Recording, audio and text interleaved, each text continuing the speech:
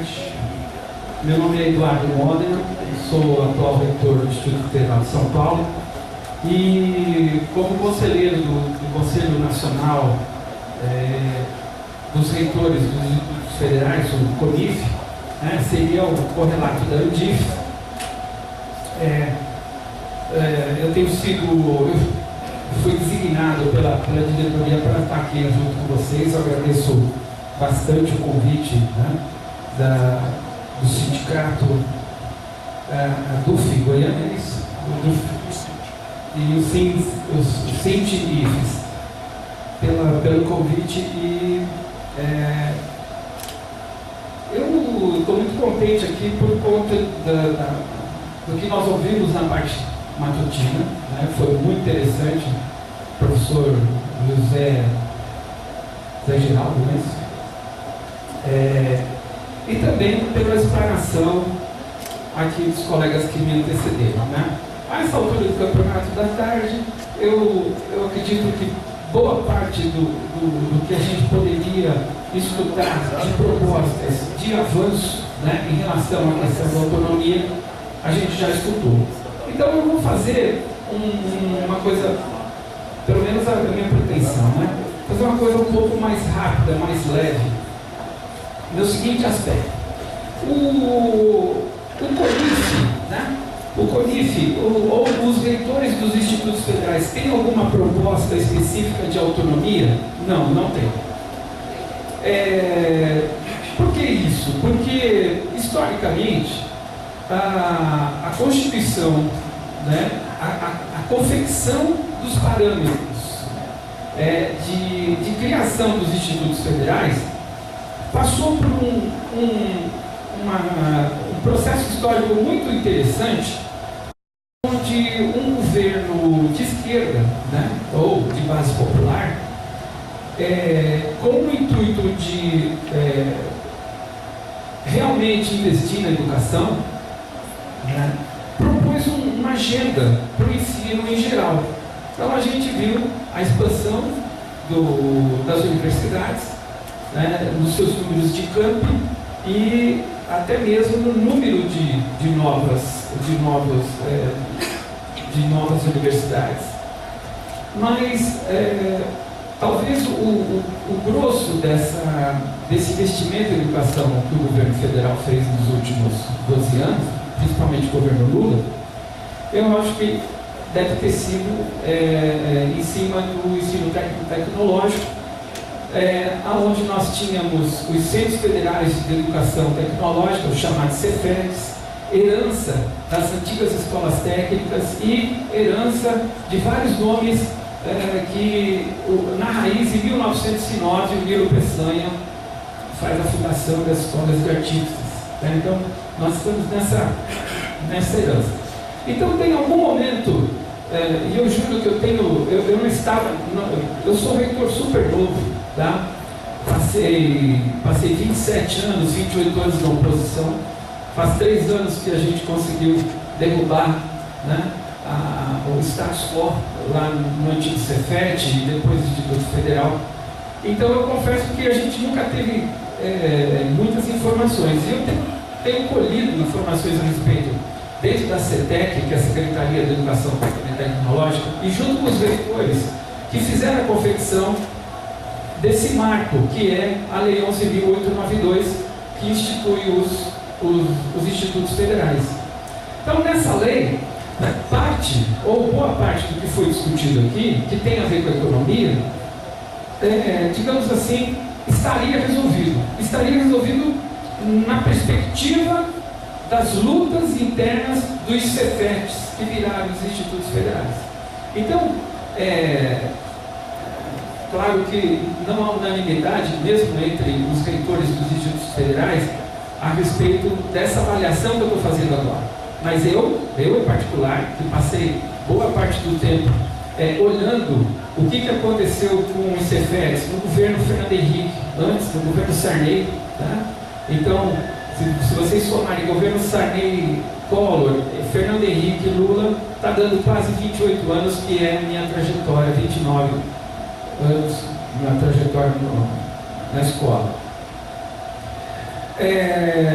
Então, questões de autonomia, tá? Principalmente ligada à questão das eleições, né? Então, nós temos no artigo, se não me engano, finalidades, isso daqui é interessante, mas a gente volta. No artigo 13, esse arquivo vem corrompido, perdão. Vou ficar devendo isso aqui, enquanto eu falo eu não consigo descobrir. Mas nessa lei, vou só ampliar novamente para vocês terem o título dela. A lei 11.892. Você tem instituído o quê? Né?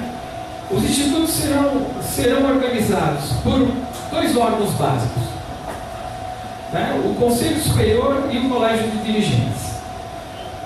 Conselho Superior não é uma paridade estrito sensu, porque você tem, além dos três segmentos, você ainda tem a sociedade civil e representantes do MEC. A sociedade civil é representada por um sindicato patronal, um sindicato de trabalhadores, e tem um representante dos ex-alunos. E tem uma coisa um pouco complicada, né, que alguns institutos têm, outros não. Na autonomia eles escolheram, que é a figura vitalícia do ex-reitor, que não tem direito a voto, mas tem direito a voz e ele é membro nato. A presença dele, inclusive, conta na hora de fazer o quórum. Então, é uma coisa, né, capitanias hereditárias, né, mas existe, né? O colégio de dirigentes é formado pelos diretores dos campos e pelos pró-reitores, que são 5. Tá? Então, o colégio de dirigentes é consultivo e o Conselho Superior é deliberativo. Tá? Afora disso, cada campus está previsto ter o seu próprio colegiado. Né? Então, o seu campus, que tem 2, 3, 4 áreas de conhecimento, eles também, na forma paritária, eles fazem o seu colegiado. Obviamente, a autonomia dos campos está restrito, e é bem mais restrita, né, do que a autonomia que eu considero restrita, nossa, dos institutos federais, mas a deles é um pouco menor, porque eles não podem inferir nada que tenha que ser discutido no Conselho Superior. Então, sob esse ponto de vista de, digamos assim, participação e democracia interna, eu acredito que nós estamos longe de estar no paraíso, mas nós avançamos muito. Porque na lei de criação já veio impresso a paridade. Tá? Então, quem faz a agenda, quem faz a pauta do Conselho Superior, né? Aí sim, depende de cada reitor. Os reitores mais conservadores, ele faz a agenda só a seu bel prazer. Outros fazem abertura para que os conselheiros também façam pauta. Tá? Esse é um problema que está a ser resolvido. Né? É um problema de pressão interna mesmo. Não tem como colocar no estatuto ou no estatuto do próprio Conselho Superior. A questão da paridade, né? E antes, a questão de quem pode ser candidato aos cargos eletivos. Então, há uma restrição ao reitor, né? Mas não há restrição a pró-reitor, nem restrição a diretor de campus. Tá? Os pré-requisitos básicos são ter 5 anos de casa, né? E no caso de diretores, eles têm que ter ou alguns anos de experiência em gestão, 2 anos, ou algum curso na área de gestão. Então, os técnicos administrativos, eles podem ser eleitos diretores de campus, eles podem ser nomeados pró-reitores, né? E tem a questão do reitor que está em aberto. A questão das eleições, né? Vamos lá. Não é à toa que no texto da lei não é citado eleição, mas sim consulta. Tá? Por conta de quê? O reitor, e aí eu me lembro da fala do professor Zé Geraldo de manhã, quando em alguma hora ele citou que nós, né, universidade, institutos federais, nós estamos envoltos em algumas esferas, e uma delas é a questão do direito. Na questão do direito estrito sensu, o cargo de reitor, ele é diretamente ligado à presidência. A presidência delega para o ministério, para o ministro. Então, existe uma relação de natureza, quer dizer, em latim é ad nutum, quer dizer, é da natureza do ministro, da presidenta, tirar o reitor a qualquer hora. E eles assim o fazem quando algumas vezes existe alguma suspeita de irregularidade. Tá? O Instituto Federal do Paraná, por exemplo, está sob intervenção. Né? Então, dada uma certa desconfiança, o ministro tirou, né, o reitor, mesmo ele tendo sido ungido, né, pela consulta. Então, essa natureza jurídica é intransponível, inclusive por dos reitores da universidade. Agora, internamente, na Lei 11.892 está previsto que a consulta será realizada de 4 em 4 anos, o gestor máximo pode ter uma recondução, os diretores de campus também, e o voto vai ser paritário. Tá? Então, como que é essa paridade? Cada segmento vale 1/3. Como é que calcula 1/3? Você tem a base de cada segmento.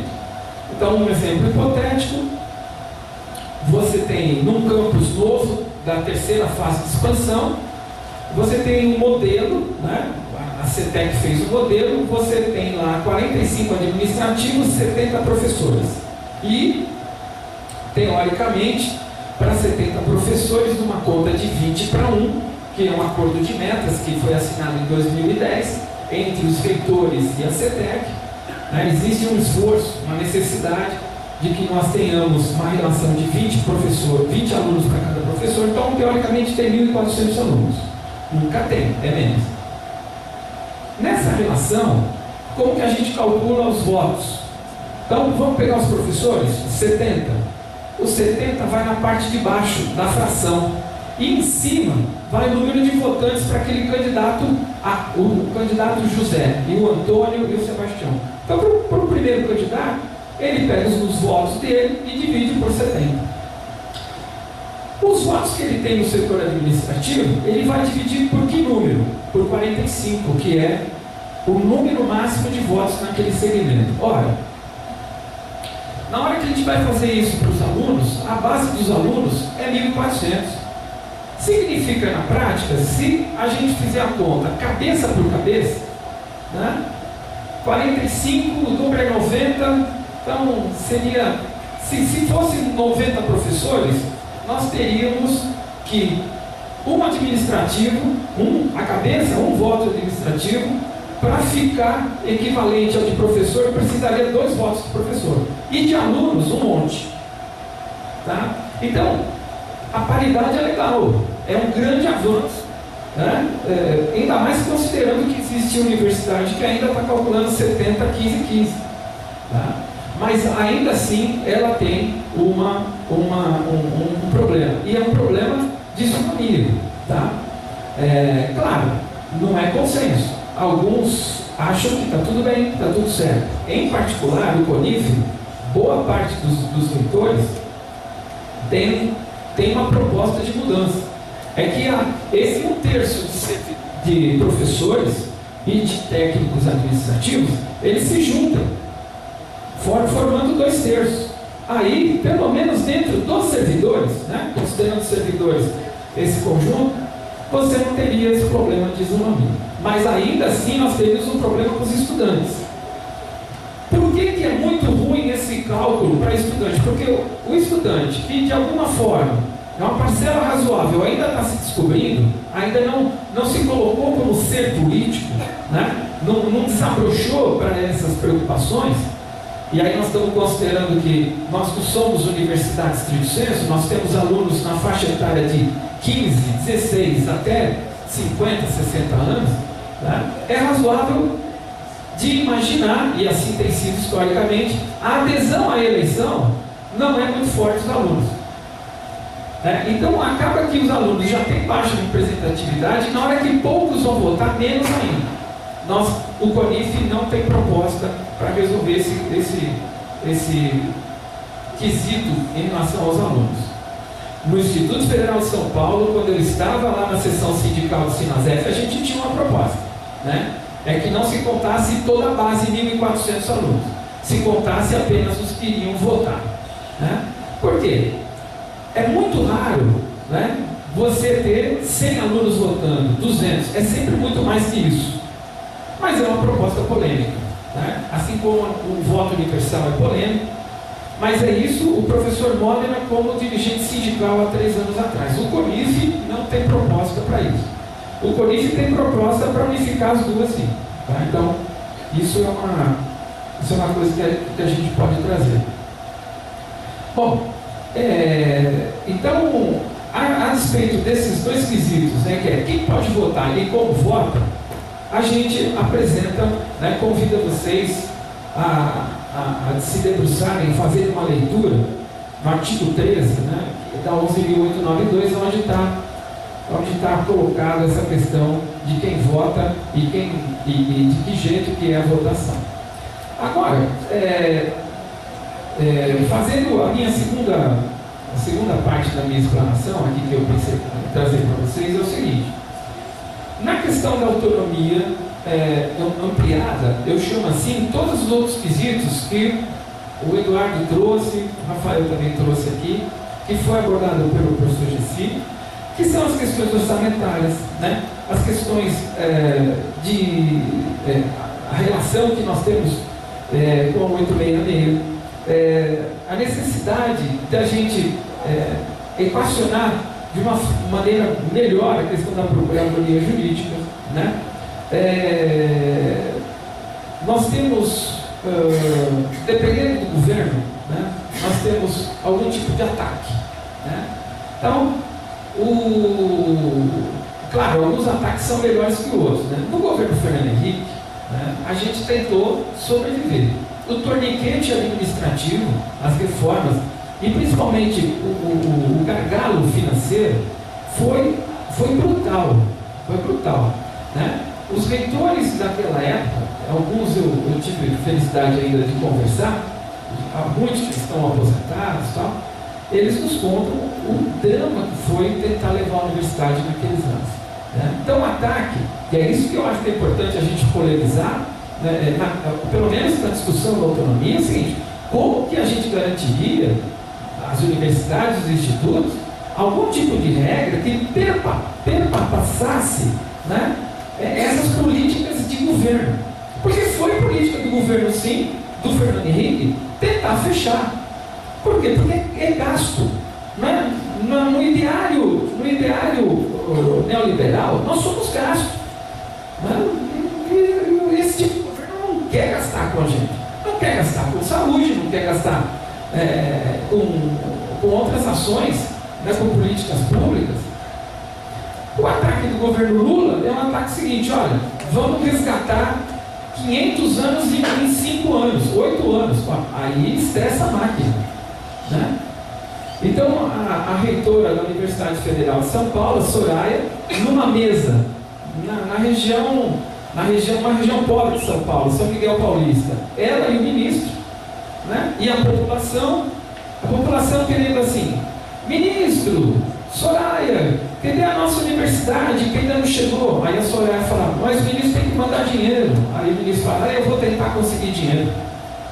Quer dizer, a expansão, né, foi rápida, e na hora que vai se fazer a expansão, a universidade, assim como os institutos, ela tem que colocar para o governo parâmetros mínimos de qualidade. E nesses parâmetros mínimos é que começa a tensão com as instituições federais, junto ao MEC, né, do MEC, tentando colocar em prática uma política de Estado, né, de tentar resgatar em construções, em estrutura, né, 500 anos em 5 ou em 8 anos, realmente fica muito difícil. E o que a gente tem hoje é uma obra inacabada de alguns campos das universidades e alguns tantos outros campos dos institutos federais. Então, o que eu acho que nós devemos também pensar e levar em consideração, né, se é que a gente vai conseguir essa janela histórica de mexer, né, na autonomia, com uma proposta muito, muito bacana da Andifes e do Proinfes, no que diz respeito a criar uma lei orgânica, é uma estratégia muito boa, né? Parecida com o Banco Central, que está fora de uma AGU, parecida com uma Petrobras, que não precisa comprar com a 8666. Então, a lei orgânica, né, ou a lei, né, das instituições propostas pela Andifes, é uma saída muito bacana mesmo. E é isso que eu gostaria, né, de pontuar a vocês, para vocês levarem em consideração também essa possibilidade. Quer dizer, como que nós vamos fazer para nos garantirmos para as políticas de governo dos governos que virão? Tá? Hoje nós temos dois cenários. Em 2018, né, que o governo, infelizmente, deve continuar sangrando até o final do mandato. Tá? E somado com uma desaceleração da economia internacional brutal, baseada inclusive em commodities, das quais a gente sobrevive. Então, a despeito de ser esse governo, com todos esses problemas, né, da Lava Jato, se fosse qualquer outro governo, e se não fosse a Lava Jato, nós ainda assim estaríamos muito mal. Esse é o fato. Tá? O que o governo tenta colocar de pauta, o governo trava. Bom, aí é um problema a mais, um grande problema a mais. Mas de qualquer forma, em 2018, o que está colocado para nós? Ou é um governo, né, ou é um governo ainda desse grupo, né, representado pelo Lula, ou eventualmente um governo ou tucano ou do PMDB. Essa segunda opção, com essas duas matizes, eles vão colocar em cima de nós uma política neoliberal, não tenha dúvida. Esse governo que é de esquerda, popular, já está fazendo um bocado disso. Para negociar, o ano passado colocou um ministro que, né, veio com essa agenda, né, aumentou a taxa de juros. Quem que teve lucro ano passado? Os bancos. Quem que está na penúria? Nós, né, classe, os salariados em geral, né, tivemos o nosso poder de compra reduzido pela inflação. Então, eu gostaria de deixar isso pontuado. E para terminar, é uma fala que eu escutei hoje de manhã, fiquei muito contente com o geral, porque é uma fala que eu escutei, né, no Fórum Mundial da Educação, o ano passado, em Pernambuco, na fala do Frei Beto. Frei Beto foi apresentado a estrutura dos institutos federais, né? Porque nos institutos federais, fazer um parêntese rápido, a pesquisa, ela está escrito na 11.892, tem que ser uma pesquisa linkada nos arranjos produtivos locais, o que leva, inclusive está no texto, a tal da pesquisa aplicada, que é um termo complicado na universidade, eu não vou polemizar, mas sim, é um tipo de pesquisa que tem que inserir aluno por causa da indissociabilidade da ensino, pesquisa e extensão. Desculpa, eu não consegui falar, né? A extensão também tem que colocar aluno, né? Está na lei, essa é uma coisa bacana que tem na 11.892, e o ensino tem que estar junto com isso, né? Então, a ideia, o Frei Beto, quando olhou isso daí, quando leu, ele falou assim: puxa vida, isso é uma grande janela de fazer com que os tais muros da universidade, os tais muros dos institutos, eles sejam abertos a realmente, não a Gesilever, a Quinor, né? Não o nosso multi. Está proibido fazer pesquisa ou extensão? Não está. Nenhuma maneira está escrito aí que não pode. Tá? mas tem esse caráter.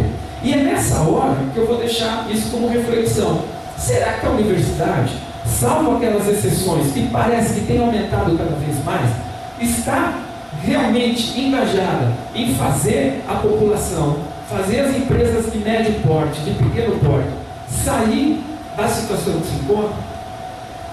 Os institutos estão conseguindo fazer isso? Não, também não, né? É uma luta dos reitores que assim pensam como eu, que isso seja importante, fazer com que os nossos colegas se engajem nesse tipo de valores. Por quê?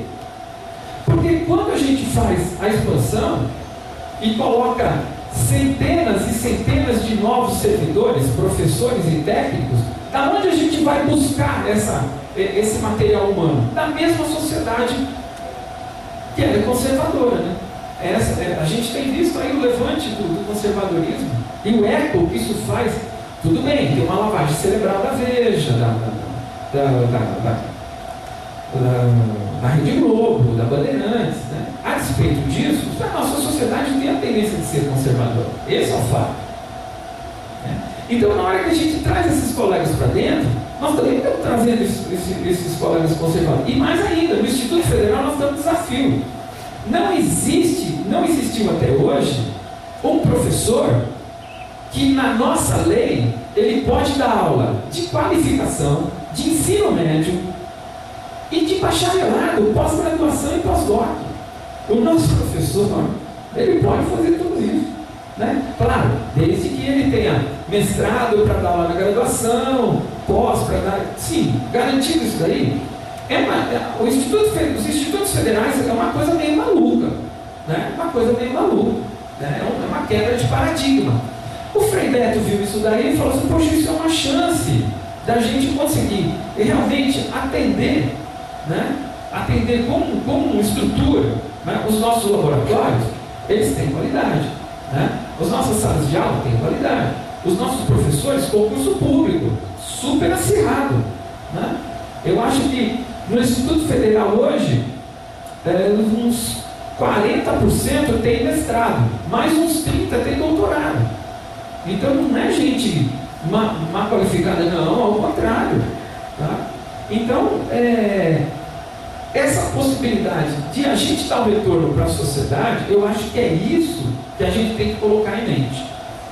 Eu acho que isso, se a gente consegue escrever, e eu convido novamente vocês a lerem a 8.000 títulos, se vocês tomarem como base algumas frases, né, que garantem no papel que a universidade, que os institutos federais vão ter que fazer esse serviço de alguma forma, aí eu acho que nós nos garantimos em 2 níveis.